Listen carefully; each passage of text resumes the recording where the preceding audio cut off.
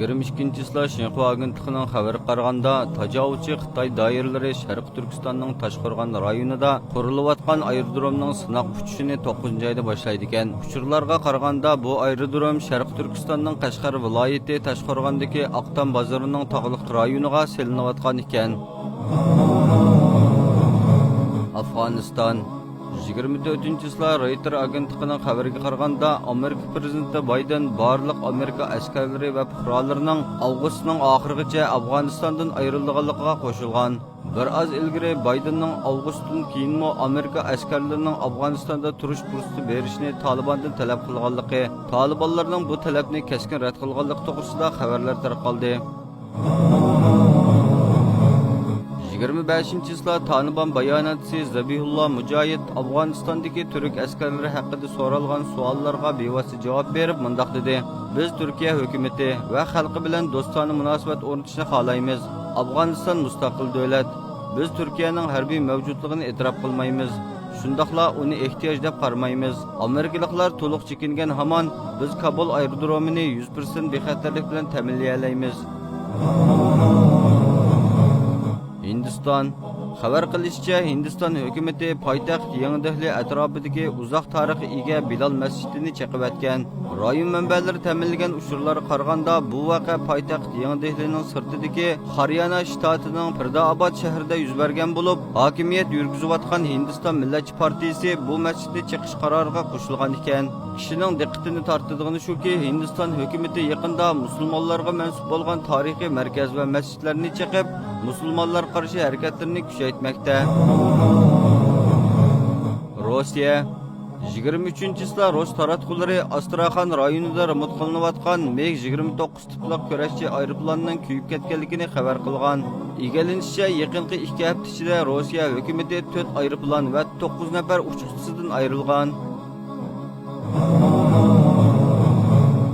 23-sıla Rossiya Afg'oniston bilan chegaralanadigan kollektiv bexatarlik shartnomasi tashkilotiga a'zo Qozog'iston, Qirg'iziston, Tojikiston, Belorussiya va Armeniya qatorliq davlatlarni arzon bahoda qurol bilan ta'minlashga tayyor ekanligini e'lon qildi.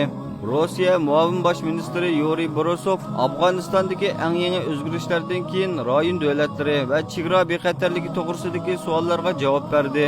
Rossiyaning chegara bexatarligini oshirish uchun tirishayotganligini bayon qilgan Borisov muxbirlarga "Biz butun kuchimiz bilan janubiy chegaramizning bexatarligini oshiramiz" dedi. 23-sıla Rossiya bexatarlik qismlari Moskvaga yaqin bir masjidda 600 nafarga yaqin odamni qo'lga olgan. Hukumat taraf bu harakatning sababini tushuntirmagan bo'lib, bu voqea musulmonlarning orasida inkas qo'zg'agan. Moskva rayonlik musulmonlar diniy ishlar boshqarish idorasi "Biz bexatarlik qismlarini musulmonlarning huquqini qo'llashga, ularga qarata taktika pozitsiyasini namoyon qilishga va madaniy suhbatga qatnashishga chaqiramiz" deganlarini bildirdi. 23-sıla Rossiya, Eron va Xitoyning 2021-yilning oxiri yoki 2022-yilning boshida Paris qo'ltig'ida dengiz manevri o'tkazilganligi o'tirib qo'yildi. Sputnik xabar agentligining xabariga qaraganda, Rossiyaning Tehronda turishliq bosh elchisi Levan Kagaryan o'zlarining bu yilning oxirida yoki kelar yilning boshida Paris qo'ltig'ida Eron va Xitoy bilan dengiz armiya manevri o'tkazilganligini aytdi. Kagaryan manevr jarayonida xalqaro dengizning bexatarligiga kafolat qilish va dengiz qaroqchilariga qarshi turish harakatini texnik kuchaytirganligini bildirdi. Xitoy Amerikaning Afg'onistondan chekinib chiqishi bilan Washingtonning O'rta Osiyo rayonidagi jug'rafiyalik siyosiy ta'sirining ojizlaydiganligidan xushal bo'lgan Xitoy doiralari O'rta Osiyodagi yuz berish ehtimolligi bo'lgan muqimsizlikning o'ziga passiv ta'sir ko'rsatishidan andish qilmoqda. Xitoyning eng ko'ngil bildig'ini davlatning g'arbiy shimolidagi Sharq Turkiston bo'lib, musulmonlar ko'p o'ltiraqlashgan bu rayon Afg'onistonning mustaqil bo'lish taraqqiyotining ta'siriga tez uchraydi. Talibanning mo'l mineral boyliqlarga ega bo'lgan Afg'onistonni kontrol qilishi Xitoyga yangi siyosiy va iqtisodiy fursat yaratib bersimi, bu rayonning muqimsizligi Beijing uchun og'ir xatar manbasidan darak berdi. Amerika 24-сila Amerikaning muavin prezidenti Kamala Harris Singapurda so'z qilib, Xitoyning Janubiy dengizdagi harakatining majburlash va tahdidni o'z ichiga olganligini bildirdi. Amerika ittifoqdoshlari va sheriklari bilan Xitoyning tahdidi oldida turganligini bildirgan Harris, Hind-Tinch okean rayoni davlatning bexatarligi va gullanishida intayin muhim deb tasvirladi.